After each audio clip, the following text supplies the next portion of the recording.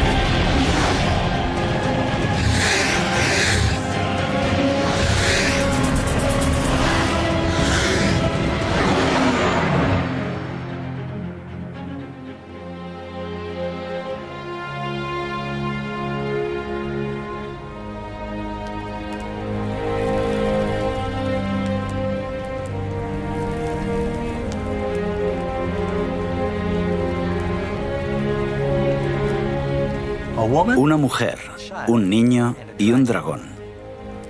A simple vista pueden parecer los ingredientes de un cuento de terror. En realidad, las escenas que acabas de ver son parte de una profecía verídica e impresionante que fue dada al apóstol Juan hace casi 2000 años. ¿Qué nos dice esta profecía de Apocalipsis 12? ¿Señala algo que sucedió hace miles de años? ¿O describe eventos de un futuro cercano? ¿Y quiénes son la mujer, el dragón y el niño? Acompáñanos al adentrarnos en un mundo que pocos conocen, pero del que todos formamos parte. Apocalipsis, la novia, la bestia y Babilonia.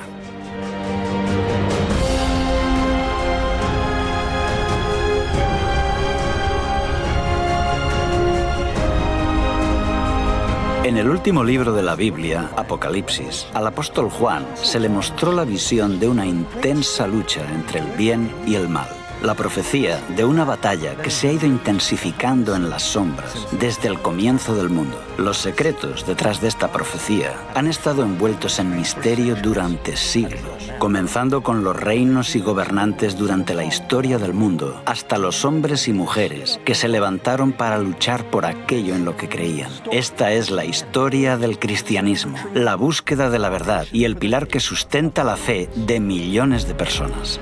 Apareció en el cielo una gran señal, una mujer vestida del sol, con la luna debajo de sus pies, y sobre su cabeza una corona de 12 estrellas. Y estando encinta, clamaba con dolores de parto, en la angustia del alumbramiento. Y el dragón se paró frente a la mujer que estaba por dar a luz, a fin de devorar a su hijo tan pronto como naciese. Muchos eruditos bíblicos e historiadores han estudiado esta profecía a lo largo de los años y concuerdan en que la profecía de Apocalipsis 12 apunta a un evento conocido como la matanza de los inocentes, que se produjo en Judea en el siglo I. Unas décadas antes del nacimiento de Jesús, el Imperio Romano había conquistado todo el mundo mediterráneo, incluyendo Judea. Durante la dominación romana hubo diferentes gobernadores en la región. 20 años antes de que Jesús naciera, en Judea gobierna el rey Herodes, un rey vasallo de Roma. Tenemos documentos fuera de la Biblia que indican que era muy cruel. Mató incluso a sus propios hijos. Era tan despiadado que jamás desearías tenerle en tu contra. Herodes se quedó muy preocupado cuando una pequeña delegación de sabios de Oriente llegan a Jerusalén anunciando que buscaban al recién nacido rey de los judíos. ¿Por qué se preocupó por eso? Porque él ostentaba el título. Era él a quien el imperio había otorgado el título de rey de los judíos. Y le preguntó a sus astrólogos cuándo podía haber nacido el niño. Determinaron que no habrían pasado más de 2 años, quizá menos. Los fariseos y los saduceos le indican exactamente dónde debía nacer el niño. Le dicen que debía nacer en Belén y tuvo miedo de perder su trono. Es por eso que se enciende su ira contra el niño y envía soldados para que maten a Jesús.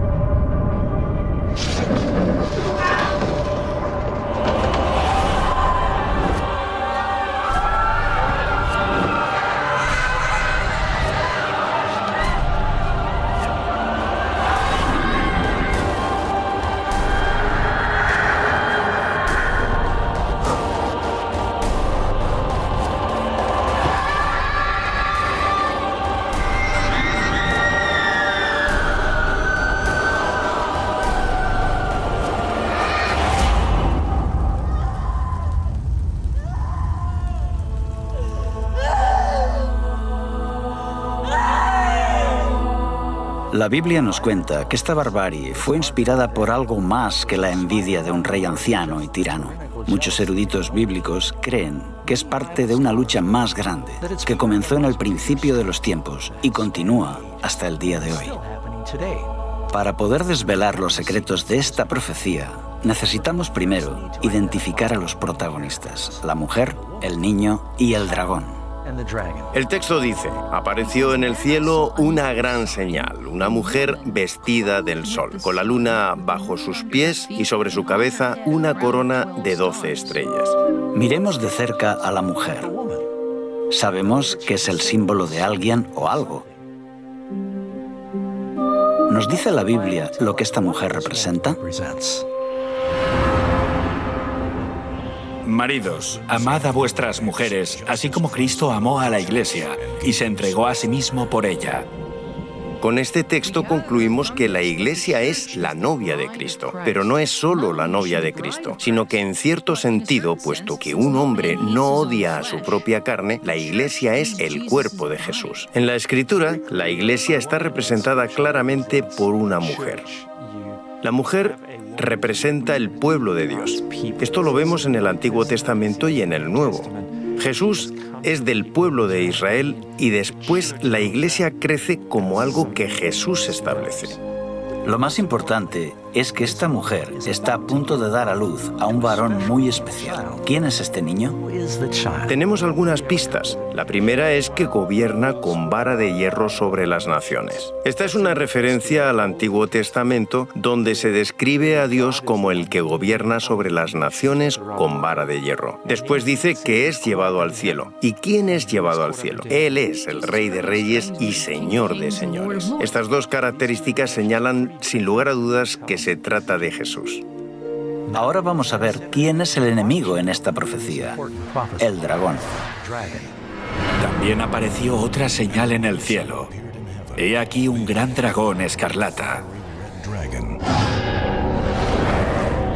No necesitamos elucubrar acerca de quién es el dragón. La Biblia nos lo dice. El dragón es el diablo. Tanto en el Antiguo Testamento como en el Nuevo, ¿quién es el que trata de destruir? Es Satanás, el diablo. Es por eso que ataca en cuanto Cristo llega a la tierra. Y fue lanzado fuera el gran dragón, la serpiente antigua, que se llama Diablo y Satanás, el cual engaña al mundo entero. Fue arrojado a la tierra y sus ángeles fueron arrojados con él. Lo que vemos aquí, en la primera parte de Apocalipsis 12, es una representación simbólica del conflicto a través de los siglos entre Cristo y Satanás. Vemos que este conflicto se remonta al jardín del Edén, donde había una serpiente con alas. ¿Y qué es una serpiente con alas? Tiene forma de dragón. Esta serpiente, este dragón, aparece desde el principio y por toda la Biblia. A través de la vida y el ministerio de Cristo, Satanás trató de arruinar los planes de Jesús de salvar a la humanidad.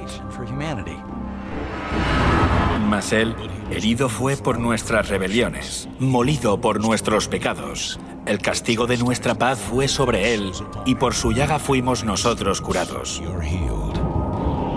En varias ocasiones le golpearon en las sinagogas, intentaron tirarle por un acantilado. Trataron de silenciarlo, le torturaron públicamente hasta matarlo. La estrategia de arruinar el plan de salvación se vino abajo cuando Jesús se levantó de entre los muertos. Y su Hijo fue arrebatado para Dios y para su trono. Con el Hijo de Dios fuera de su alcance, el diablo dirigió toda su furia a los seguidores de Jesús, los nuevos cristianos. Primero, lo hizo utilizando el poder cruel del Imperio Romano. Y cuando vio el dragón que había sido arrojado a la tierra, persiguió a la mujer que había dado a luz al hijo varón. Los cristianos eran una minoría perseguida y no eran reconocidos por el Imperio Romano. Hubo una serie de persecuciones, algunas de ellas muy fuertes. Una de las funciones de la religión en el Imperio Romano era la de asegurar el bienestar del Estado.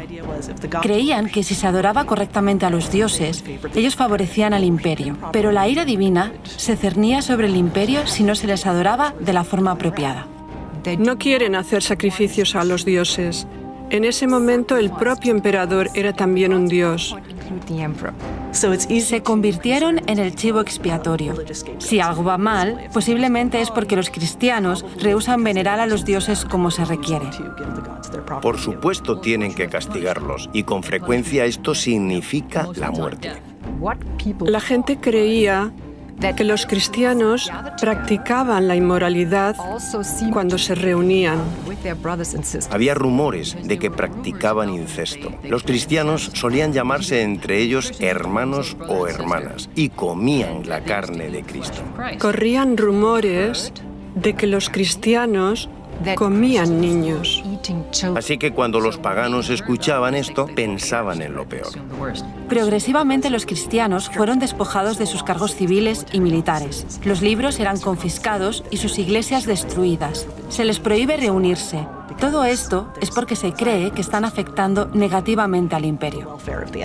Mientras la Iglesia primitiva sufría bajo esta persecución devastadora de Roma, las vidas de los cristianos se convirtieron en un poderoso testimonio de la verdad. Mientras los paganos vivían bajo el constante temor de la superstición, los cristianos se enfrentaban a la tortura y la muerte con una paz sobrenatural. Nerón los puso como comida para los leones. También se les ataba a unos pilares y se les ponía resina.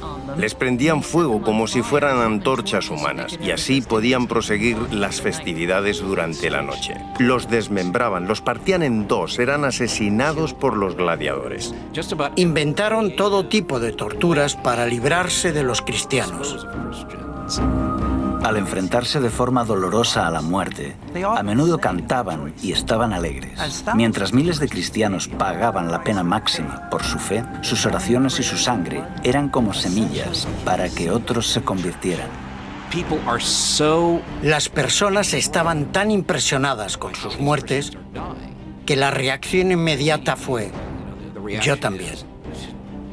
Así que los cristianos se propagaban como la pólvora. Cuantos más morían, mayor número defendía la fe. Quiero enfatizar que la Iglesia primitiva se propaga a pesar de los continuos intentos de represión de los extremadamente autoritarios y poderosos emperadores, quienes se pusieron firmemente en contra de los cristianos. Aún así, la Iglesia sobrevive. Tertuliano dice que siempre que surge un problema, una hambruna, una enfermedad o una peste, todos dicen: los cristianos a los leones. Como si tan pocos leones pudieran comerse a tantos de ellos.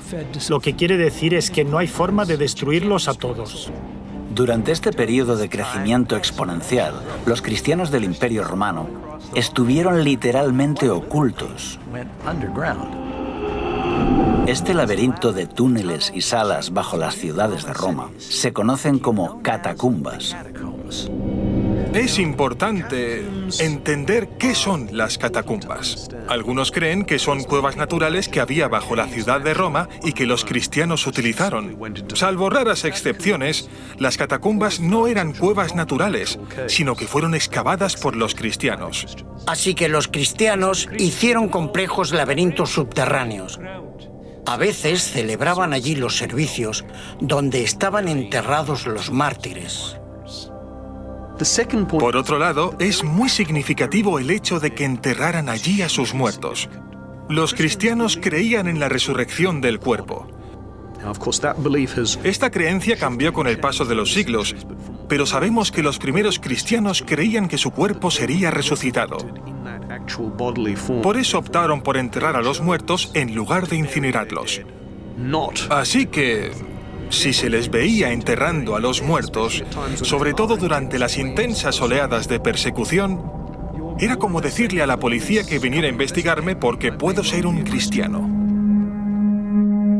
En el año 306 llega al poder un nuevo emperador y la situación de pronto cambió. Constantino el Grande fue un líder militar y un político astuto. Constantino tuvo que enfrentarse a una serie de guerras civiles para poder convertirse en emperador. Sus intereses eran personales y políticos, no tenían nada que ver con el cristianismo. Desciende de la Galia, que tenía bajo su control, para enfrentarse a Magencio, en Italia. Constantino viene del norte hacia el sur, a Italia, haciendo un largo recorrido.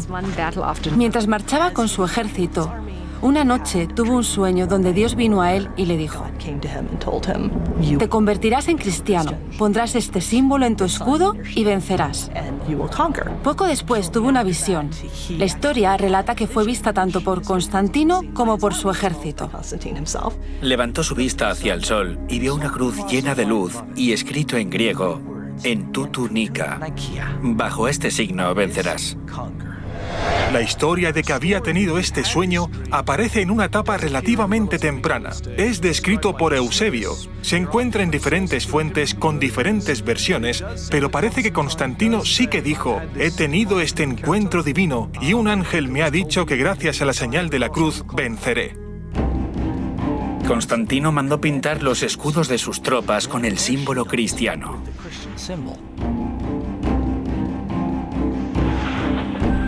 Entonces, su oponente sale de Milán y va hacia el sur para enfrentarse a él. Las tropas de Constantino estaban mejor entrenadas porque ya habían ganado varias victorias en su marcha. Su oponente cruza el río en el puente de Milvio. Constantino y su ejército están delante de él y detrás de él el río. No es una buena situación, porque si no vences al enemigo no tienes dónde retirarte. Así Magencio fue derrotado. Constantino aún no era cristiano, pero cree que el Dios cristiano le ha dado la victoria. El Dios cristiano es más poderoso que ningún otro Dios. Constantino hizo que el símbolo del cristianismo se integrara en el imperio. Luchó bajo ese símbolo y ganó. Como buen emperador romano pensaría, tengo el símbolo, estoy en el camino correcto. Si tú eras un pagano o estabas confuso en cuanto a la religión, tienes un conflicto de deidades. ¿Cuál quedará por encima de las otras? El Dios cristiano. Puedes sacar tus propias conclusiones. Gradualmente cambió el sentido nacional contra el cristianismo. Durante el reinado de Constantino, los cristianos pasaron de ser una secta perseguida a detentar abiertamente posiciones de influencia en los tribunales y en los palacios de reyes y gobernadores. Ahora, una gran parte de las élites y de la clase dirigente se convierten automáticamente en los obispos locales. Se convirtieron al cristianismo. No fue tan difícil, porque la mayoría ya creía en una divinidad suprema. Ahora es más fácil hacer una carrera militar o en la administración pública imperial si eres cristiano. Porque todos los que ostentan el poder son cristianos. Si querías escalar en la jerarquía, ya sea en el ejército, el gobierno civil o en los tribunales, te hacías cristiano. El edicto de tolerancia de Constantino lo hace muy atractivo. Constantino puede proclamar su título de El Grande, ya que cambió la historia del mundo e hizo que el cristianismo, que hasta entonces había sufrido sangrientas persecuciones, se convirtiera en la religión del Estado. Y como todos en el Imperio Romano entraban a formar parte de la Iglesia cristiana, traían con ellos muchas de sus antiguas creencias y prácticas paganas. Ahora que el cristianismo había alcanzado la legalidad, un amplio número de miembros de las élites lo ven muy atractivo en las siguientes generaciones. La población cristiana aumenta un 10%, luego un 15%, un 25%, pero sobre todo aumenta en las élites. Este es el verdadero cambio. Es ahí cuando el cristianismo se convierte en lo que es hoy. Porque ahora la clase dirigente es cristiana. Con el tiempo, los líderes de la Iglesia comenzaron a vestir sotanas majestuosas y a realizar ceremonias extravagantes que habían formado parte de las religiones paganas. En lugar de los sencillos mandatos de Dios, comenzaron a enseñar supersticiones y tradiciones humanas. Ahora, en lugar de que la Iglesia cristiana convirtiera al mundo pagano, los paganos estaban convirtiendo a la Iglesia. Imaginemos la Iglesia del siglo I como un tren en marcha. El Nuevo Testamento nos describe cómo era la Iglesia. Esa Iglesia entró en un túnel largo y oscuro en los siglos II al IV.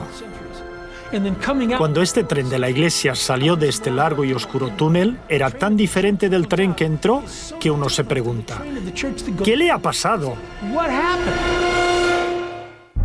En el año 391, por orden del emperador Teodosio I, el cristianismo se convirtió en la religión oficial de Roma. La adoración en los templos paganos fue declarada ilegal y todas las prácticas paganas cesaron. Se está intentando cristianizar el imperio. Se quiere cristianizar la cultura pagana existente. Las antiguas basílicas eran en realidad templos paganos. Simplemente ponían una cruz encima y pintaban escenas de santos, héroes y mártires bíblicos. Los cristianos estaban determinados a apoderarse de los templos paganos. Un líder notable de la Iglesia escribe sobre esto en un tratado que ha llegado a nosotros. Refuta los ataques de los paganos en contra del cristianismo. En su argumentación dice, los lugares de culto paganos ahora son lugares de adoración cristianos. Nos hemos apoderado de ellos, los hemos limpiado de la idolatría, los hemos santificado y ahora son lugares donde se adora al único Dios verdadero. ¿Acaso hay otra evidencia más clara que diga que vuestra religión es falsa? ¿Dónde están vuestros dioses que permiten que esto ocurra? En realidad, los cristianos, muchas veces de forma deliberada, tenían la estrategia de acaparar no solo los lugares de culto, sino también los rituales o ideas. Creían que absorbiéndolos avanzarían en la difusión del cristianismo. Lo que no sabemos es hasta qué punto se replantearon esta estrategia y se preguntaron, bueno, ¿hasta qué punto es correcto hacer esto? ¿Y por qué estamos aceptando creencias de otras religiones? La velocidad con que la iglesia primitiva cayó en la apostasía te deja atónito. Aunque millones de paganos fácilmente se unían a la iglesia, se resistían a abandonar sus ídolos. Los romanos y los griegos estaban tan acostumbrados a estar rodeados por los símbolos de sus deidades que siguieron haciendo lo mismo dentro del cristianismo. Muchos nuevos conversos renombraron a sus antiguos dioses con nombres cristianos. Por ejemplo, Pablo, María, Pedro. La estatua de Júpiter se convirtió en Pedro. Tiene un disco solar sobre su cabeza, que indica que en realidad no es Pedro, sino una estatua pagana renombrada. En lugar de Rómulo y Remo, ¿eh? ¿Por qué no mártires? Los grandes mártires, Cosme y Damián, ¿no? Las representaciones de Isis, que aunque Grecia la había asimilado como propia, en realidad era una diosa egipcia, se convierte en la representación de María con su hijo. Ya existía la tradición de representar una madre con su hijo. Está, por ejemplo, en el mitraísmo, en Babilonia, en la antigua Persia. Parece que María adquirió algunas de las atribuciones de otras diosas. Tiene una túnica azul oscuro y está encima de una media luna. Es la madre de todos los dioses. Isis lleva en sus brazos a su hijo Horus. Esta imagen recibe un nuevo nombre, el de María con el niño Jesús. El dios Hermes se convierte en la representación de Cristo como el buen pastor. Asclepio es la imagen que sirve de modelo para muchas representaciones de Jesús. Un dios joven y vibrante, con el pelo rizado y barba corta. Pronto las estatuas de los santos y de Jesús comenzaron a adornar las iglesias. A pesar de que Dios prohíbe claramente esta práctica en los 10 mandamientos, la gente continúa venerando y rezando a estos ídolos. No te harás imágenes, ni ninguna semejanza de lo que esté arriba en el cielo, ni abajo en la tierra, ni en las aguas debajo de la tierra. No te inclinarás a ellas, ni las honrarás. Este último punto está relacionado con la veneración a María, la madre de Jesús. Si bien es cierto que María fue una mujer fiel y honrada por ser la madre de Jesús, en ningún lugar de la Biblia se enseña que deba ser divinizada o adorada. María siempre fue muy importante en la historia antigua de la cristiandad, pero en la Edad Media fue elevada a un rango de semidiosa. Creían que la Virgen María podía interceder por los culpables seres humanos ante su Hijo, totalmente virtuoso, justiciero y censurador. Es una imagen extraña, pero así es como lo muestra el arte religioso de la época. La Biblia no venera a María como a alguien más allá de lo humano. La muestra como una mujer pura y maravillosa que fue usada por Dios para dar a luz al Mesías. Sin embargo, en el Concilio de Nicea, en el año 325, la Iglesia elevó a María al rango de diosa y comediadora con Cristo. Incluso en una fecha tan temprana como finales del siglo IV, ya se dedicaban iglesias a la Virgen María. Pero tristemente, estos no fueron los únicos errores que se introdujeron en este periodo. En época apostólica, el bautismo era una ceremonia sagrada reservada solo para aquellos que tenían suficiente edad como para tomar una decisión racional y entregarse a Cristo. Era un testimonio público de que aceptaban a Cristo y su perdón. El bautismo, literalmente, representa morir y enterrar al viejo hombre y resucitar a una nueva vida en Cristo. Con el transcurso de los siglos, el bautismo se ve más como un rito de iniciación al cristianismo. Comienza en las primeras etapas de la vida, al final de la infancia o cerca de la adolescencia, cuando estás realmente listo para hacer un compromiso de fe. La ceremonia del bautismo se realizaba en un lago o en un río, donde la persona puede ser totalmente sumergida, lo que representa que queda completamente limpio de sus pecados. La práctica del bautismo, poco a poco, fue alterada por la Iglesia. Cientos de años después de Cristo, el bautismo cambió a una fórmula más cómoda. Esto, en realidad, arruinó el poderoso simbolismo de este rito y contradice el ejemplo de Jesús, que fue bautizado por inmersión. Esta cuestión continuó siendo debatida hasta aproximadamente el siglo XII, porque los teólogos estaban reexaminando la doctrina cristiana y dictaminan que existe el pecado original, el pecado que tiene toda la humanidad como resultado de la caída en el jardín del Edén y que está en el alma desde el momento del nacimiento. Tenían el concepto, que no es bíblico, de que un niño podía pecar en el momento de nacer. Si había pecado, estaba en peligro de ir al infierno y arder por la eternidad. La única forma de prevenir esto era bautizándolo en la iglesia. Ser miembro de la iglesia era tener un pasaporte al cielo. Decían, tenemos que empezar a bautizar a los bebés inmediatamente, lo antes posible, y si mueren, en este periodo la mortalidad infantil era muy alta y muchos bebés morían, entrarían en el cielo. Otra verdad cristiana que fue alterada por la influencia pagana fue la Cena del Señor. Jesús instituyó el servicio de comunión, algunos lo llaman Eucaristía, para ser una ceremonia hermosa pero sencilla, donde sus seguidores bebían vino sin fermentar y pan sin levadura. Estos eran símbolos del cuerpo y la sangre sin pecado de Jesús, para que los creyentes recordaran su sacrificio y sus enseñanzas. Sin duda, el rito más importante para los cristianos a finales de la Edad Media era la Eucaristía o comunión, o como muchos la llamaban comúnmente, la misa. Tanto hombres como mujeres se reúnen para tomar el sacramento. Celebran la Eucaristía o comunión, toman el símbolo del cuerpo y la sangre de Jesucristo. Pero, de nuevo, bajo la influencia de rituales paganos, los líderes de la Iglesia cambiaron el santo rito de la comunión en una ceremonia de magia.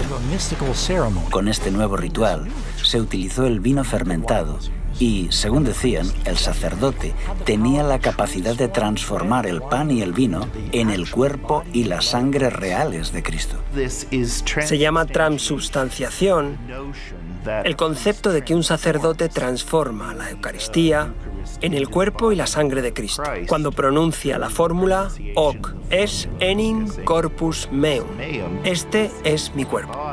Eran palabras poderosas, ya que se creía que al ser pronunciadas tenían el poder de hacer que Dios transformara la naturaleza del pan y del vino en la sangre de Jesucristo resucitado. Llegaron al punto de decir, estamos creando a Dios al pronunciar las palabras mágicas. Lo que ocurría en el altar era que el pan se convertía en el cuerpo, el vino se convertía en la sangre, aunque seguían pareciendo pan y vino. Esta ofrenda del sacrificio en la Eucaristía, este sacrificio de alabanza, esta comida fraternal, ahora no solo es un recordatorio del sacrificio, sino que es un sacrificio en sí mismo que otorga la salvación. Creían y enseñaban que Jesús, en la persona del sacerdote, presentaba en la misa el sacrificio de Cristo ante Dios el Padre. Así se obtiene la bendición y la santidad que la Iglesia puede administrar a quien ella quiera en la misa. La gente creía que al celebrar una misa estabas haciendo algo bueno que era ofrecido a Dios. Esto hacía que hubiera una base teológica para repetirlo constantemente. En 1415, en el Concilio de Constanza, los líderes de la Iglesia decretaron que solo podrían beber vino los sacerdotes y los fieles recibirían tan solo el pan. Pero la Biblia dice que cuando Jesús estableció el servicio de la comunión, todos bebieron el vino. Unos 300 años después de Cristo, la Iglesia comenzó a desviarse de otro de los 10 mandamientos, el cuarto, que requiere que los creyentes recuerden el séptimo día como día de reposo. Acuérdate del sábado para santificarlo. 6 días trabajarás y harás toda tu obra, mas el séptimo día es reposo para Jehová tu Dios. En el Imperio Romano, el judaísmo era una antigua religión y como tal era respetada. Pero los judíos hicieron guerra contra Roma. Aunque al principio su cercanía al judaísmo había protegido a los cristianos, ahora les convertía en el blanco. Los judíos marginaban y perseguían a los cristianos, así que los cristianos trataron de distanciarse. Los líderes de la Iglesia comenzaron a despreciar el séptimo día de descanso de los 10 mandamientos y lo sustituyeron por el domingo, que era más popular entre los romanos. Muchos cristianos erróneamente pensaban que debían ayunar el sábado, pero podían hacer fiesta el domingo. Eso es lo que hacían los paganos. Celebraban el domingo, pero ayunaban los sábados. Este no era un concepto judío. Los judíos ayunaban el viernes y celebraban el sábado, pero algunos cristianos creían lo contrario. Si ayunas un día pero haces fiesta el siguiente, es fácil imaginar cuál de los dos se convierte en el más popular. La tercera causa es que se introduce en la Iglesia la influencia pagana del culto al sol. Cuando esta costumbre comienza a introducirse en la Iglesia, Constantino lo utiliza para exaltar el domingo, el día del sol, como un día que la gente debe adorar. Esta separación de la ley de Dios fue gradual a lo largo de los siglos. Fue aceptada tan ampliamente que la mayoría de los cristianos se sorprenden al descubrir que no tiene respaldo en la Biblia. En el año 313, Constantino publicó el Edicto de Milán, donde establecía el domingo como día de descanso. La ley dominical del emperador no tuvo nada que ver con el cristianismo. El objetivo era honrar al dios grecorromano Helios o Apolo. El emperador Constantino se convirtió al cristianismo, pero al permanecer fiel al dios Sol, el emperador Constantino trasladó el día de adoración del sábado, como lo había conservado el judaísmo, al domingo, el día del dios Sol.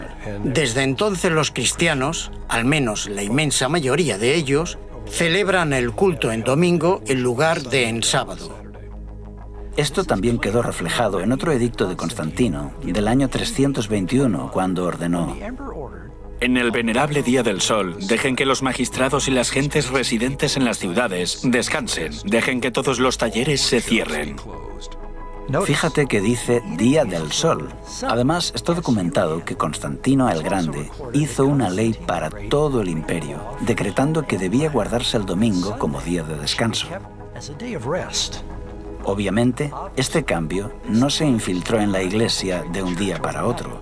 La historia indica que durante décadas se consideró que tanto el sábado como el domingo eran días sagrados.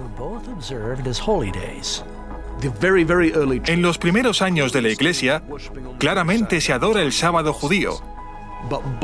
Pero a partir de mediados del siglo III se fue abandonando por la mayoría o estaba en proceso de abandonarse. A comienzos del siglo IV, en muchas partes del Imperio Romano, los cristianos están adorando el domingo. Durante este periodo de tiempo, muchos cristianos seguían observando el sábado y el domingo tenían un servicio recordando la resurrección. Después, cada uno se iba a su trabajo habitual. Con Constantino se habla por primera vez de transferir la solemnidad del sábado al domingo. Siglos antes, el profeta Daniel había predicho que se levantaría un poder religioso que cambiaría los tiempos y la ley. En los 10 mandamientos, solo hay una ley relacionada con el tiempo, el sábado. La doctrina del fuego del infierno también fue distorsionada por la mitología pagana. En el libro de Apocalipsis, la Biblia enseña que después del día del gran juicio, los perdidos serán echados en el lago de fuego. Es entonces que cada persona recibe el castigo de acuerdo a lo que merece, para luego ser consumidos y morir para siempre. Y no temáis a los que matan el cuerpo, Mas el alma no pueden matar. Temed más bien a aquel que puede destruir el alma y el cuerpo en el infierno. Porque los que viven saben que han de morir, pero los muertos nada saben. Los sacerdotes comenzaron a enseñar que el infierno era un lugar de eterno tormento, gobernado por el diablo, y que comenzaba en el momento de la muerte. La Iglesia apóstata utilizó este concepto aterrador de eterna tortura para aterrorizar y manipular tanto al rey como al plebeyo. Y lo peor de todo es que presenta a Jesús como a un malvado sádico. Esta doctrina ha hecho que ateos y agnósticos cuestionen la idea cristiana de un Dios de amor, porque hace algo mucho peor incluso que lo que hizo Hitler. No importa lo que una persona haya hecho, miles de millones de años para pagar por sus faltas. Así que muchas personas han odiado a Dios y han aprendido a odiarlo por culpa de esta doctrina.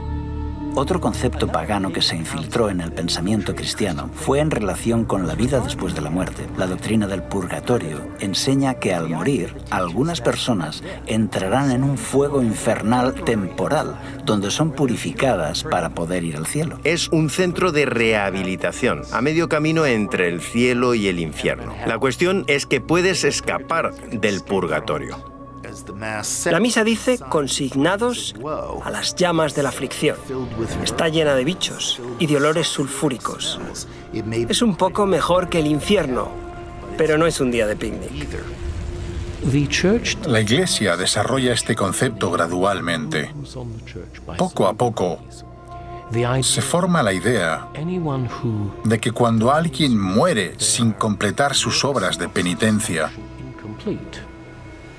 tendrá que pagarlas en algún lugar de sufrimiento post-mortem y así limpiarse de sus pecados que haya cometido en vida. En el medievo, se creía que casi todos serían salvos y redimidos, siempre que estuvieran bautizados. Pero prácticamente todos tendrían que hacer penitencia en el purgatorio por los pecados que habían cometido y que no habían confesado. Así que el objetivo era reducir el tiempo de estancia en el purgatorio. Muchas personas confunden el purgatorio con el infierno. Algunos creen que se puede salir del infierno. No puedes. Si vas al infierno, no puedes salir de él. Si eres muy malvado, estás perdido. La maldad está dentro de la mayoría de nosotros, así que ¿cómo podemos ser aptos para el cielo? Necesitamos hacer una purga de todo lo malo. Es de ahí de donde viene la palabra purgatorio. La mayor parte de los cristianos creían que sus familiares estaban sufriendo en el purgatorio. Y el purgatorio no es un lugar agradable. Estás allí durante miles de años. La idea de un purgatorio existe desde hace siglos, antes del tiempo de Jesús. Escritos de Platón, a comienzos del siglo IV a.C., han ayudado a esclarecer de dónde vino este concepto de purificación mediante castigo. Pero en realidad no se consideraba que el purgatorio fuera un lugar real hasta siglos después. Los teólogos elaboraron la doctrina del purgatorio entre los años 1160 y 1180 y se aceptó formalmente en el Segundo Concilio de León en el año 1274. La Iglesia entonces ofrece su apoyo a los muertos que estaban en el purgatorio por medio de oraciones y sacramentos, especialmente la Eucaristía. Esto es perfectamente legítimo. La Iglesia cree que está haciendo lo correcto y los fieles parecían estar dispuestos a dar grandes cantidades de dinero para este fin. Aquí es cuando tiene lugar una extraordinaria proliferación de instituciones fundadas con el objetivo principal de que los sacerdotes hagan misas por las almas de los difuntos durante los siglos XIV y XV. Esta doctrina fue creada para manipular a las masas a cambio de obtener beneficios financieros. La gente gente estaba dispuesta a pagar grandes sumas de dinero para librar a un ser querido de la tortura del purgatorio. Nunca podrían comprobar si realmente esa persona salía del purgatorio, de manera que el dinero continuó fluyendo a los bolsillos de los sacerdotes corruptos. La cabeza de la Iglesia tenía a personas encargadas de recaudar el dinero e incentivar que la gente diera su dinero a la Iglesia a cambio de comprar las almas del purgatorio. Esta creencia en el purgatorio está también basada en el peligroso concepto de que las obras y las oraciones de los vivos pueden alterar el destino de los muertos. Pero Jesús dejó muy claro que no existe ni el limbo ni el purgatorio. Tras la muerte, el siguiente pensamiento consciente de una persona es en la resurrección y en su eterna recompensa. No os maravilléis de esto, porque vendrá la hora cuando todos los que están en los sepulcros oirán su voz. Y los que hicieron lo bueno saldrán a resurrección de vida, mas los que hicieron lo malo a resurrección de condenación. El centro del mensaje del Evangelio es el cómo obtenemos el perdón. Esta fue la gran verdad bíblica que fue adulterada. Se enseñó que si una persona deseaba ser perdonado, primero debía confesar sus pecados a un sacerdote. A esto se le llama el sacramento de la penitencia, más conocido como confesión. Así que para compensar nuestra falta de bondad y nuestras acciones equivocadas, tanto el pueblo como el clero, todos debemos confesar nuestros pecados a un sacerdote. Se debe hacer al menos una vez al año, aunque preferiblemente con mayor frecuencia. Esta práctica tiene varios puntos conflictivos. En primer lugar, esto no se enseña en ninguna parte de la Biblia. Por otra parte, un mortal toma el lugar de Cristo. Y por último, se impide que Dios pueda comunicarse con las personas directamente. Además, coloca al sacerdote en un compromiso, ya que se entera de las malas acciones de sus feligreses. Cuando en la Edad Media una persona iba a un sacerdote a confesar un pecado, había 3 fases. En primer lugar, la persona se confiesa. Luego el sacerdote asegura que la persona está absuelta. El pecado se ha ido. Por último, como ha violado las leyes de la Iglesia y las enseñanzas de Cristo, tiene que hacer una obra de penitencia en compensación al pecado cometido. La Biblia enseña que la humanidad no puede hacer nada para salvarse. Es por esto que Jesús vino. Las Escrituras enseñan que la salvación depende enteramente de nuestra confianza en la gracia y en la misericordia de Dios, que no merecemos. Es un gran regalo que no puede ser obtenido por nuestros esfuerzos ni buenas obras. Incluso nuestra obediencia es el resultado del don de la gracia. La doctrina del Nuevo Testamento de la salvación por la fe es hoy ampliamente comprendida y aceptada. Pero en la época oscura de la Edad Media era fácil convencer a las masas analfabetas de que tenían que realizar obras para ganar el favor de Dios. Les decían que para que un pecador tuviera la esperanza de apaciguar a Dios, debía pagar grandes sumas de dinero, realizar dolorosas obras de penitencia y una agotadora peregrinación. Esto también incluye la necesidad de recitar oraciones repetitivas como un requisito para obtener el perdón. 40 Ave Marías, 10 Padre Nuestros, poner una moneda en la colecta. En las religiones paganas del mundo, la idea de oraciones o cantos repetitivos no es nueva. Se creía que se podía apaciguar a los dioses con el constante eco de las oraciones o usando palabras mágicas especiales. Jesús claramente nos previno en contra de esa forma de oración. Y orando, no uséis vanas repeticiones como los gentiles, que piensan que por su palabrería serán oídos. Los líderes corruptos de la Iglesia sabían que para mantener su poder sobre el pueblo, necesitaban separarlos de la Biblia, que era lo único que pondría en evidencia sus engaños. Al principio la Biblia no fue apartada de la gente, era accesible. Pero con el tiempo, las personas comenzaron a darse cuenta de las contradicciones y desafiaron al clero. Por eso les convenía que la Biblia no fuera accesible al pueblo llano.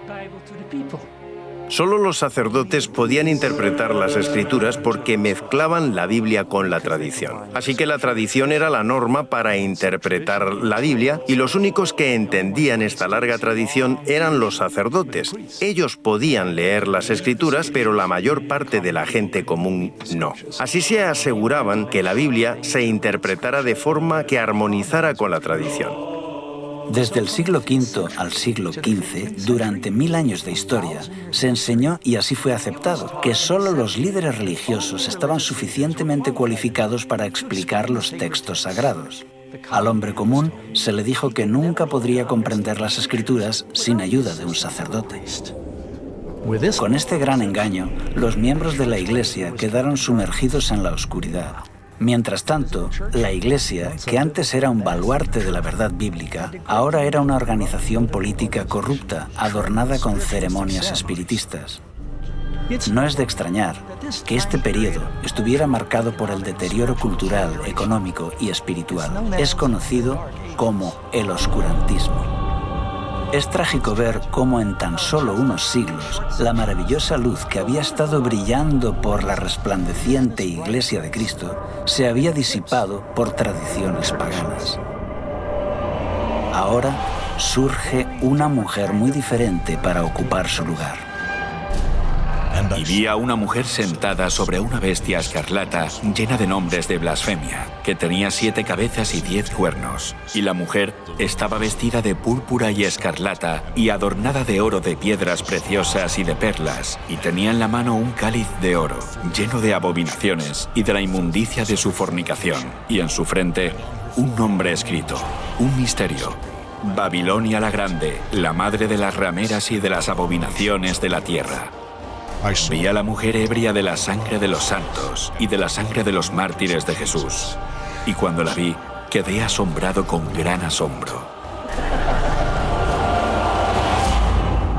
En Apocalipsis 17, Juan ve a una mujer y la describe muy diferente a la mujer pura de Apocalipsis 12. ¿Quién es esta ramera sanguinaria? ¿Y qué es la extraña bestia sobre la que está sentada?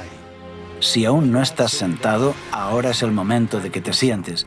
Lo que estás a punto de escuchar puede que te resulte impactante. Solo hay un imperio, una iglesia, una institución que encaje con la descripción de esta profecía, la Iglesia Católica Romana. Esto no significa que todas las personas que profesan esta fe sean malas, o que estén perdidos, o que no sean sinceras. Los creyentes católicos son de los más nobles y han hecho muchas cosas buenas a lo largo de la historia. Aquí se trata de una lucha a otros niveles, entre poderes espirituales e instituciones, que combaten contra la verdad de la Biblia. Pero ahora debemos descorrer el velo y ver las evidencias de forma objetiva. En Apocalipsis 17:1 observamos que esta mujer ramera se sienta sobre muchas aguas. Por suerte para nosotros, el ángel nos explica el significado de este símbolo en el versículo 15. También me dijo: las aguas que has visto donde la ramera se sienta son pueblos, muchedumbres, naciones y lenguas. Así que la mujer reina sobre una civilización densamente poblada. Posiblemente has escuchado en alguna ocasión la frase «todos los caminos llevan a Roma». Durante el apogeo de su imperio, los romanos habían construido una red de carreteras de casi 100.000 kilómetros a lo largo y ancho de sus dominios. Mientras el imperio romano se desmoronaba, la Iglesia de Roma ganaba fuerza. La Iglesia Católica se da prisa por llenar el vacío de poder que quedó tras la caída del Imperio Romano. Cuando a mediados del siglo V, Atila, el rey de los hunos, avanza hacia la ciudad de Roma con su ejército, es el Papa, el obispo de Roma, y no el emperador, quien sale a detenerlo. El papado está buscando tener la preeminencia, tanto en el terreno político como religioso. La profecía también indica que la mujer está sobre una bestia con 7 cabezas y 10 cuernos.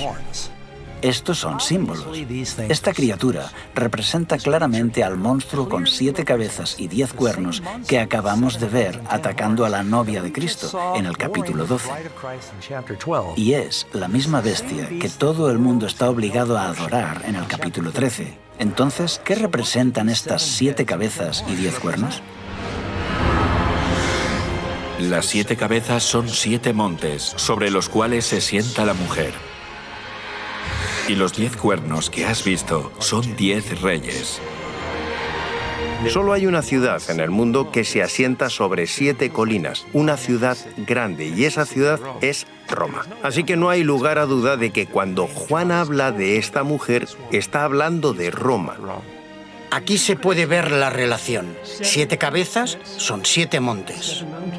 En Apocalipsis 12, 7 cabezas. En Apocalipsis 13, 7 cabezas de nuevo. Aquí se puede ver la relación. Es dentro de la ciudad de Roma llamada la ciudad de las 7 colinas, donde se ubica hoy el Estado Vaticano. Solo hay una iglesia que también es un país independiente y tiene poder político mundial, el Vaticano. Este país, con la población más pequeña del mundo, se estableció como un estado independiente con 44 hectáreas dentro de la ciudad de Roma. Tras los muros de la ciudad del Vaticano, viven menos de 1000 personas. Viven en este pequeño país gobernado por el Papa, quien tiene poder absoluto, ya que él reúne el poder ejecutivo, legislativo y judicial. Embajadores de todo el mundo se reúnen con el Papa y sus representantes buscando la influencia y la orientación de este poder religioso internacional. Incluso las Naciones Unidas se reunieron para escuchar al Papa. Cuando cayó el Imperio Romano de Occidente, el territorio se dividió en 10 regiones principales. Los 10 cuernos representan a los 10 reyes o reinos en los que se dividió la Roma imperial. Los 10 cuernos describen a Roma, que se divide en 10 reinos más pequeños. El catolicismo, a lo largo de la historia, ha dominado muchos reinos. Vemos que la Iglesia dominó el poder político. La mujer está sobre la bestia. Esto indica que durante muchos siglos ella dominaba. Aquí se ve la unión de la Iglesia y el Estado. Los nombres de blasfemia son otro elemento clave de esta profecía, que apunta directamente a la Iglesia Católica Romana. Nosotros ocupamos en la tierra el lugar del Dios Altísimo. Esto pone a un hombre mortal en la posición de Dios. Esta es definitivamente la definición exacta de blasfemia. No pretendo con esto cuestionar la sinceridad de ningún papa en específico, pero la profecía está señalando a su posición, a la institución que representa. La mujer está vestida de colores singulares. Se dice que la mujer tiene colores muy concretos. Ya no viste de blanco. En cambio ahora lleva colores que representan realeza y prostitución. Estos colores en concreto vemos que aparecen en la historia de la Iglesia cristiana más adelante. Son los colores de los sacerdotes. No eran tan solo los colores de los césares romanos, sino que, según la Enciclopedia Católica, el púrpura es el color oficial de los obispos y el escarlata el de los cardenales. Además de los colores púrpura y escarlata, vemos que esta ramera o iglesia corrupta tiene muchas joyas. Cuando uno considera los innumerables tesoros artísticos de oro, plata, perlas, la Iglesia Católica Romana es con diferencia la institución religiosa más rica de la tierra. Todos los años vienen turistas de todo el mundo para ver la deslumbrante opulencia de la Iglesia romana. Otra señal preocupante de esta mujer se encuentra en el versículo 6. Vi a la mujer ebria de la sangre de los santos y de la sangre de los mártires de Jesús. La historia revela que la Iglesia de Roma fue la mayor opresora de los cristianos y judíos a lo largo de los siglos. De hecho, los historiadores señalan que más de 50 millones de mártires fueron víctimas de la terrible Inquisición y persecuciones de la Iglesia de Roma. Lo que tenemos aquí es una profecía que dice que la Iglesia entablaría una terrible persecución. Eso es exactamente lo que sucedió. La Iglesia construyó una gran estructura legal, conocida como la Inquisición, para interrogar y torturar a los disidentes, forzando al mayor número posible a retractarse de sus ideas y ejecutando a los líderes del movimiento para evitar que divulgaran sus ideas. El mayor número de muertes que se haya registrado en la época ocurre cuando la Iglesia romana persiguió a los que no estaban de acuerdo con ella. Este grado de represión continúa durante toda la Edad Media. Así que esta mujer o iglesia es un poder opresor que persigue a los verdaderos seguidores de Cristo. Veremos a varios valientes que arriesgaron sus vidas por exponer las influencias paganas corrosivas y por compartir la palabra de Dios en este tiempo de oscuridad espiritual. El pueblo que andaba en tinieblas vio gran luz. Los que moraban en tierra de sombra de muerte, luz resplandeció sobre ellos. Había un joven que vivía en Lyon, Francia, que cambiaría el curso de la historia cristiana. Pedro Baldo, también conocido como Valdés. Era un joven comerciante, rico y educado. Tuvo una experiencia que le cambió la vida. Un amigo de Baldo murió de forma repentina. Al darse cuenta de la brevedad de la vida y de la vanidad de los tesoros mundanos, Baldo tomó la firme decisión de dejar todo por Cristo. Dio sus riquezas a los pobres y se convirtió en un predicador itinerante. Baldo enseñaba que la Biblia debía entenderse de forma literal y predicaba a la gente en su propio idioma. Alentó a los creyentes a vivir vidas sencillas y de pobreza. También denunció con valentía los excesos de los sacerdotes. Alrededor del año 1170, Pedro Baldo había reunido un gran número de seguidores, llamados los pobres de Lyon. Pedro Baldo inspiró el movimiento valdense, un grupo de creyentes en la Biblia que vivían en Francia e Italia. Era un católico laico que se inspiró en el ejemplo de la iglesia primitiva. Organizó un grupo de predicadores que viajaban enseñando el Evangelio. Predicó en contra de la transustanciación y la misa. Algunos de ellos sí que acudían a misa, pero hacían también sus propios servicios de culto. Cuando los inquisidores oficiales patrullan por Europa, comienzan a encontrar por todas partes personas a las que llaman valdenses. Eran pequeños grupos que estaban esparcidos por toda Europa. Eran gente sincera. La mayoría solían asistir a iglesias católicas, pero recibían a pastores itinerantes que viajaban 1 o 2 veces al año para predicarles, quizá anualmente o cada 2 años.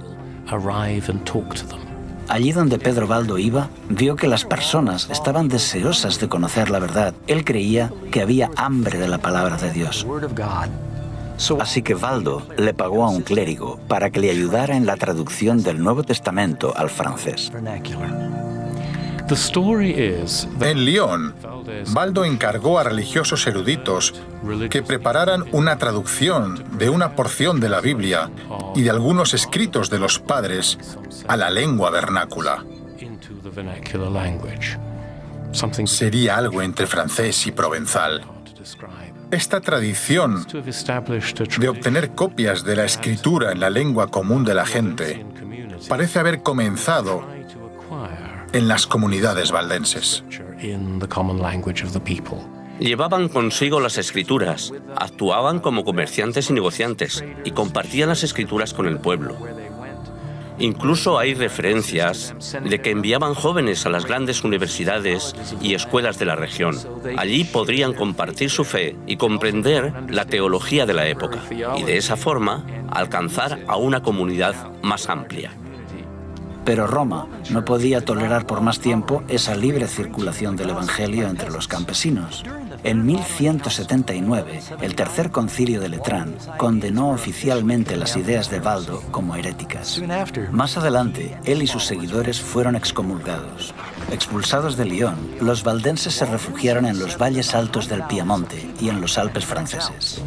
Aquí Cada familia hizo de la Biblia su tema de estudio. Se memorizaron los evangelios de Mateo y Juan y muchas epístolas. Al no disponer de imprenta, se dedicaban a copiar a mano las escrituras. Conocidos por su adhesión estricta a la Biblia, estos predicadores extendían sus enseñanzas por el extranjero, mientras viajaban como vendedores ambulantes. Para no ser descubiertos, escondían en el forro de sus ropas sus copias a mano de pasajes de la Biblia y las compartían cuando encontraban a alguien que estaba abierto a escuchar. Incluso tras la muerte de Pedro Baldo en 1218, la Iglesia de Roma continuó persiguiendo ferozmente a los valdenses.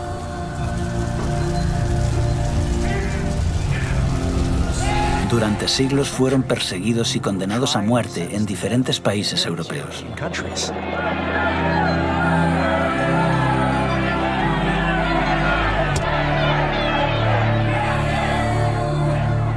El Espíritu Santo incitó a muchos dentro de la Iglesia a levantarse con valentía a favor de una reforma. Uno de ellos era John Wycliffe, teólogo inglés y predicador laico, traductor y profesor en Oxford. Cuando comenzó a señalar los errores dañinos que se enseñaban a los creyentes, su educación le dio una gran ventaja. Wycliffe nunca quiso ponerse en contra de los líderes de la Iglesia, pero al ver las evidentes contradicciones entre lo que decía la Biblia y lo que hacía la Iglesia, no pudo guardar silencio. Es extraño que alguien como Wycliffe se convirtiera en hereje porque era catedrático de Oxford. Fue educado en la estructura de la Iglesia, pero estaba afligido por lo que veía a su alrededor.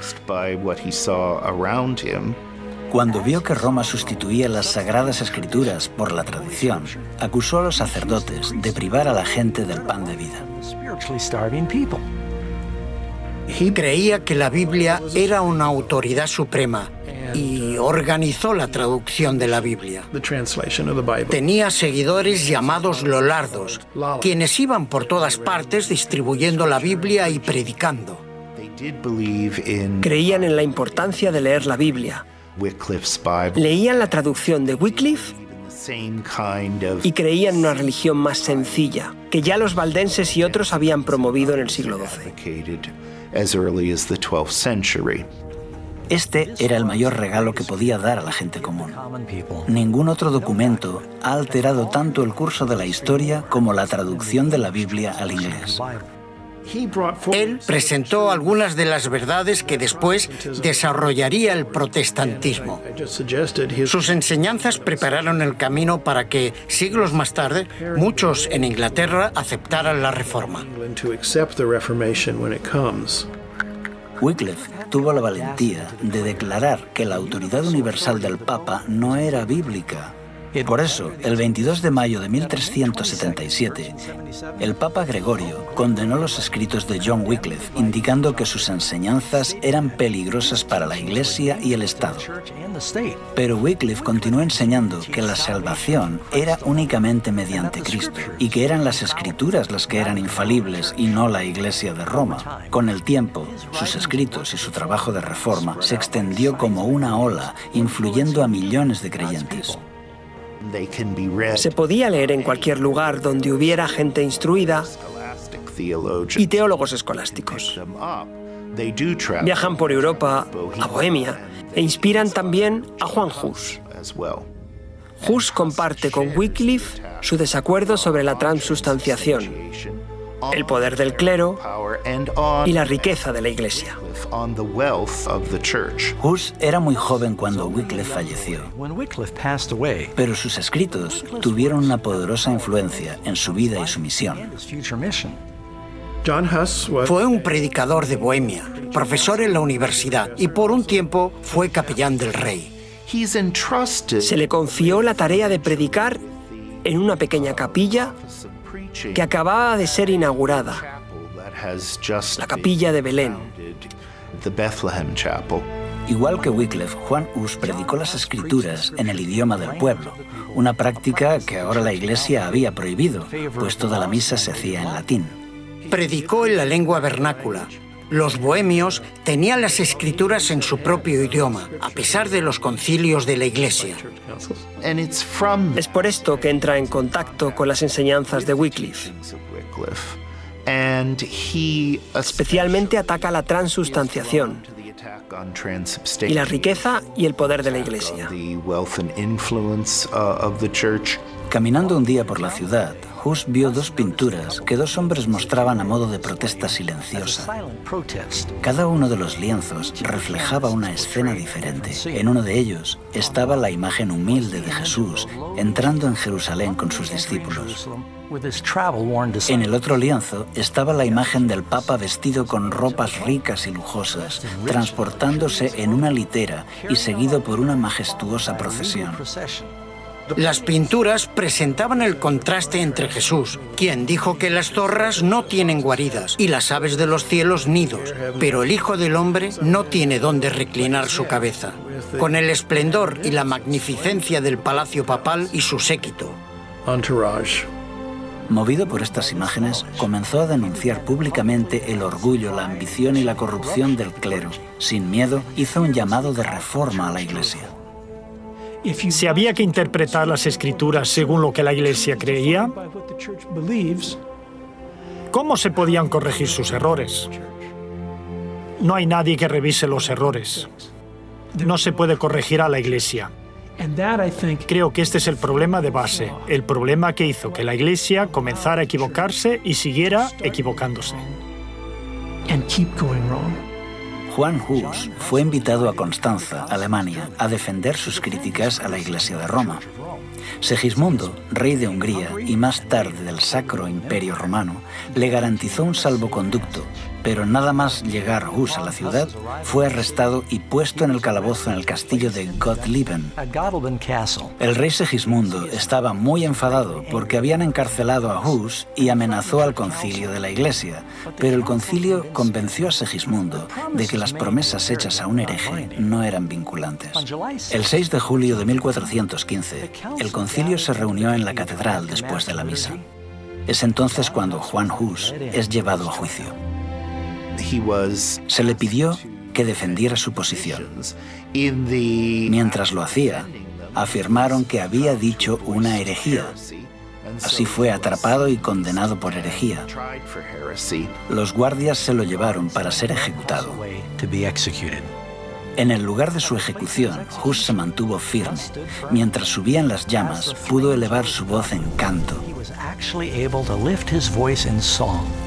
Al morir, Hus predijo que en 100 años Dios levantará a un hombre cuyo clamor por una reforma no podrá ser reprimido. Martín Lutero creció en un hogar humilde en Mansfield, Alemania. Teólogo, compositor y sacerdote, es posiblemente el reformador más conocido del siglo XVI. Nació el 10 de noviembre de 1483, casi 70 años después de que Juan Hus muriera en la hoguera. Nació en una familia trabajadora de clase media y tenía varios hermanos y hermanas. Lutero desarrolló un carácter firme. La familia de Lutero fue hasta cierto punto una familia de grandes triunfadores. Fueron muy estrictos con el joven Martín, según contó el propio Lutero. Querían que su hijo tuviera estudios universitarios. De joven se preparó para ser abogado. Tuvo una experiencia impactante que cambió el curso de su vida para siempre. Lutero estaba atrapado en una tormenta y teme por su vida. Está fuera y tiene miedo de que le alcance un rayo. Los relámpagos caen delante y detrás de él, a un lado y a otro. Lleno de terror, clama y promete que si un santo le salva, se hará monje. Clamó a Santa Ana, la santa de las causas perdidas. Santa Ana, líbrame y me haré monje. Y cumplió su palabra.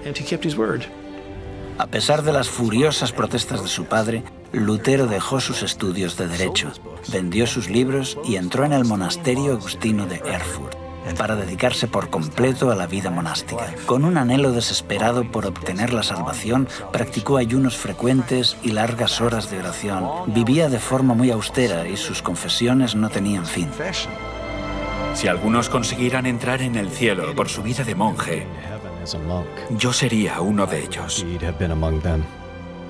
Había un confesor que percibió en Lutero un alma especialmente sensible. Este confesor se dio cuenta de que Lutero necesitaba enseñar la Biblia. Así que Lutero se convierte en profesor de teología y predicador en la iglesia local, además de miembro de la comunidad religiosa de los monjes agustinos. Básicamente, desempeña 3 trabajos. En Wittenberg aprendió a estudiar la Biblia en las lenguas originales. Pronto comenzó a compartir en sus clases las verdades que estaba aprendiendo, y a sus estudiantes les encantaba. En 1510, Lutero hizo una peregrinación para visitar la sede de la Iglesia en la ciudad santa de Roma. Le repugnó presenciar la terrible avaricia y maldad que vio a todos los niveles del clero. Tenía grandes esperanzas puestas sobre la ciudad santa, pero se derrumbaron al contemplar el estilo de vida decadente de los monjes y sacerdotes. Esto estaba en fuerte contraste con la vida humilde en Alemania, pero su mayor descubrimiento estaba aún por llegar. Estaba en Roma subiendo por las escaleras de Pilato cuando escuchó una voz que decía: «El justo por la fe vivirá». Así que subía por la escalera de Pilato de rodillas, porque afirmaban que esto hacía que te quemaras menos tiempo en el purgatorio. Mientras miraba a su alrededor, de pronto pensó: ¿qué estamos haciendo? La Biblia dice que uno se salva por la fe, así que se levantó y se fue. Esto marcó un antes y un después.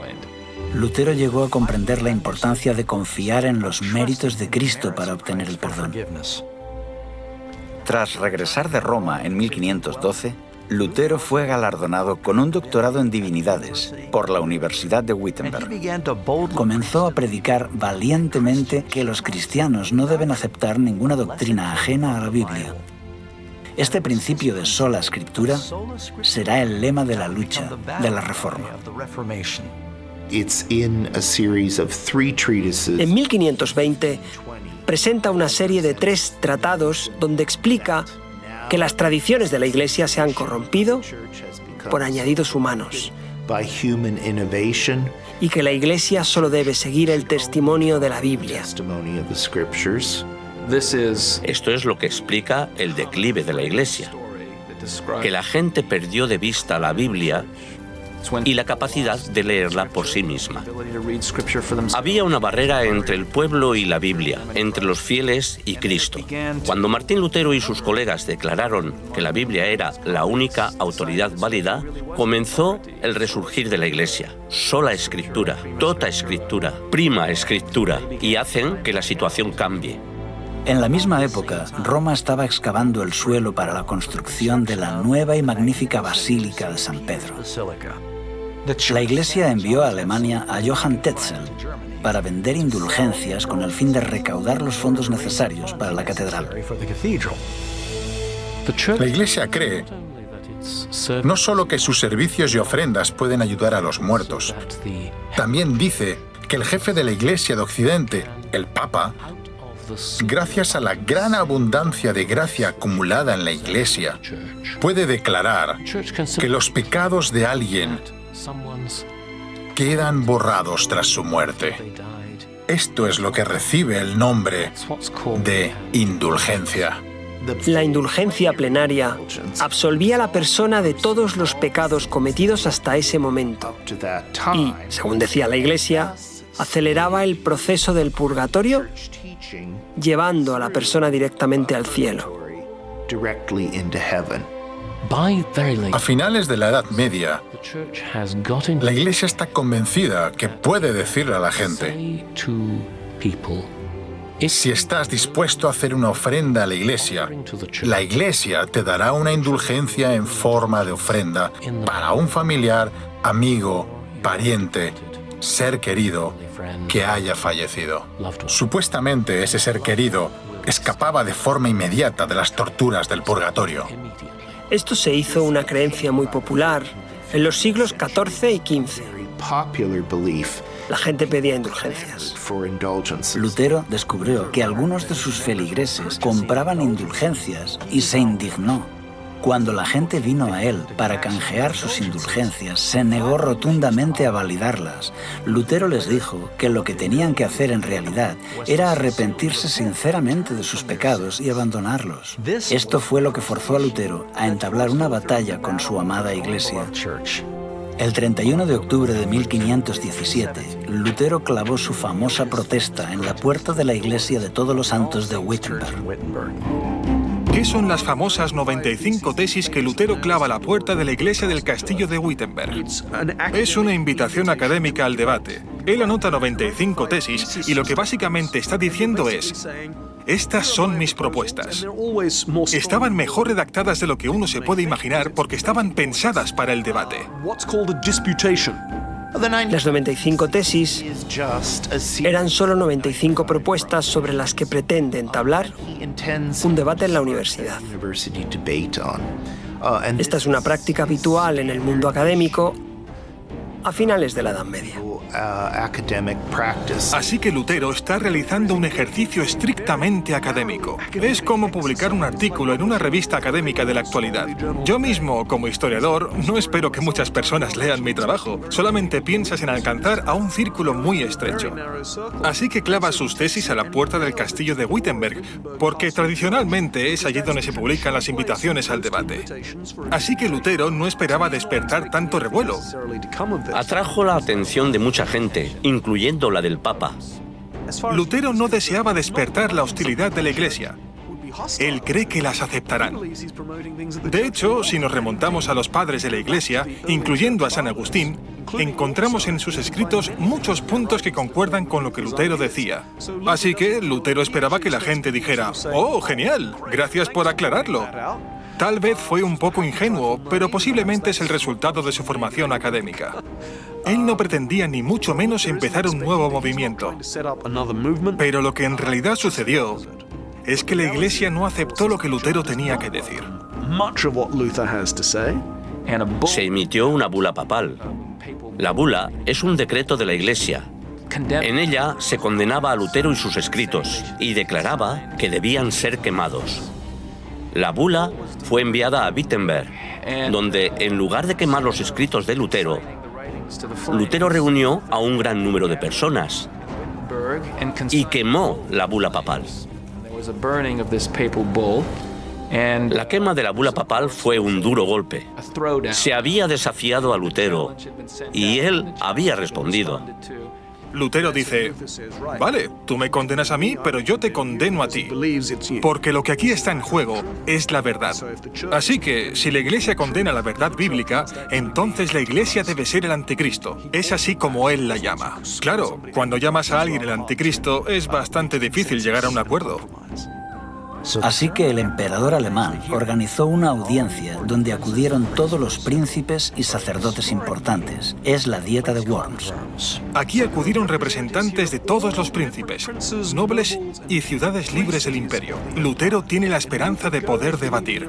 La Iglesia sabe que Lutero es muy elocuente y no van a darle la oportunidad de hacerlo. Le colocaron en medio de la sala, le mostraron sus libros y le preguntaron dos cosas. ¿Estos libros son tuyos? ¿Y vas a retractarte? ¿Rechazas las doctrinas que has escrito en ellos? No respondió inmediatamente. Dijo: «Sí, son mis libros, pero en ellos hay muchas cosas escritas y necesito tiempo para pensarlo». Casi pierde sus nervios, pero logra controlarse y al día siguiente viene y comienza a jugar con las palabras. Cuando le dicen: «¿Estas son tus obras?» y «¿te retractas de ellas?», Lutero responde: «¿Pides que me retracte de todas mis obras? Todos en la Iglesia están de acuerdo con algunas de ellas. He escrito sobre ciertos males en la Iglesia y muchos en la Iglesia están de acuerdo con esto». Intentan debatirlo, pero las autoridades no van a permitir esto. Dicen: «No, solo responde, ¿te vas a retractar?». Este es un momento heroico, especialmente porque Lutero cree que esto le va a conducir a la muerte.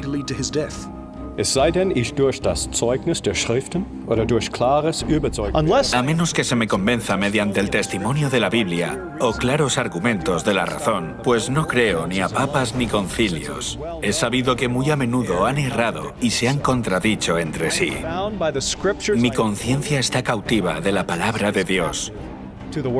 No puedo retractarme y no me retractaré de nada. Pues ir contra la conciencia no es seguro ni correcto. Esta es mi posición. No puedo obrar de otro modo. Que Dios me ampare. Amén. El concilio no pudo decir mucho en respuesta a esto, pero Lutero fue declarado un criminal. Sus escritos fueron prohibidos y ordenaron su detención. El documento decía: queremos que sea arrestado y castigado como un hereje notorio. A Lutero se le había dado un salvoconducto para ir a la dieta de Worms, tal y como se le había dado a Huss para acudir al concilio de Constanza unos 100 años antes. Algunas autoridades instaron al emperador Carlos V a ignorar el salvoconducto, así como Segismundo lo había hecho con el salvoconducto de Huss. Pero Carlos V no quería ser conocido como el segundo emperador que había incumplido un salvoconducto. Cualesquiera que fueran los motivos, Lutero pudo salir de la ciudad y emprendió el camino a casa. Creía que posiblemente alguien lo mataría en el camino, porque había una recompensa por su cabeza. En lugar de eso, Lutero fue secuestrado por agentes de Federico el Sabio, quien había decidido esconder a Lutero por un tiempo. Lo escondió en el castillo de Warburg.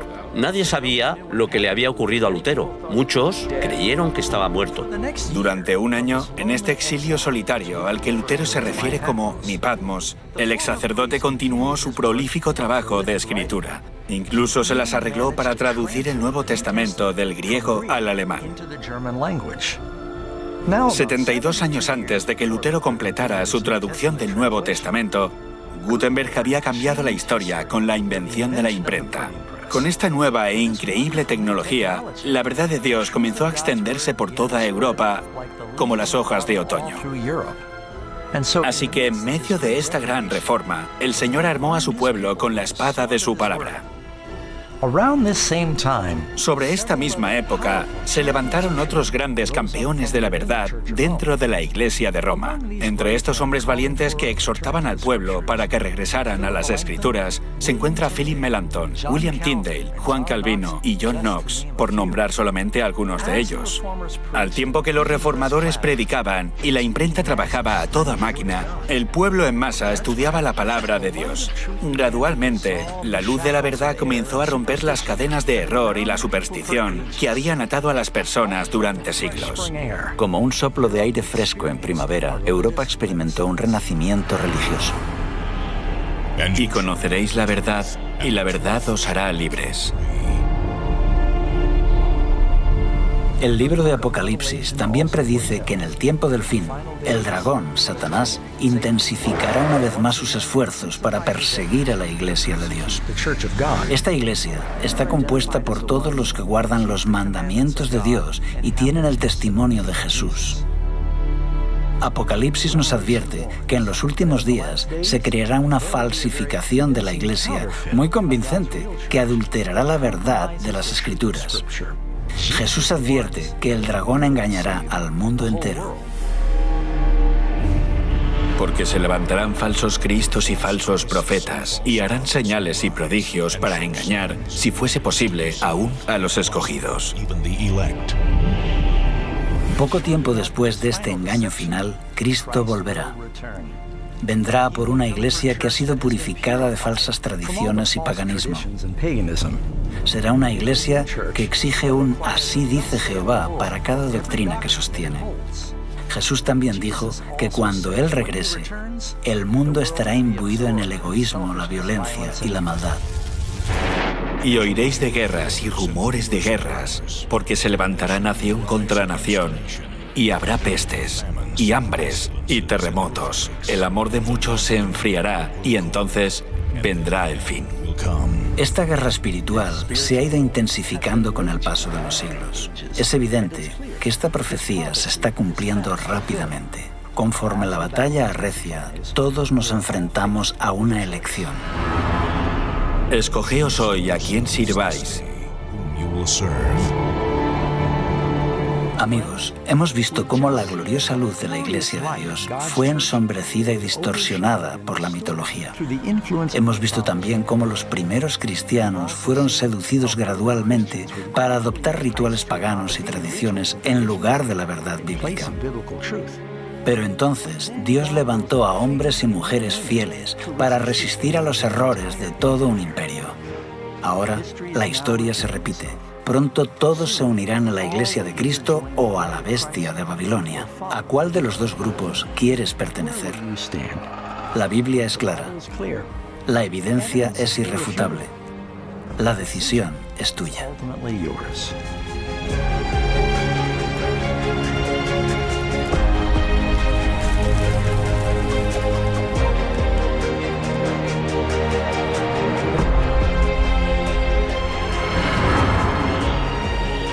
Ciertamente vengo en breve.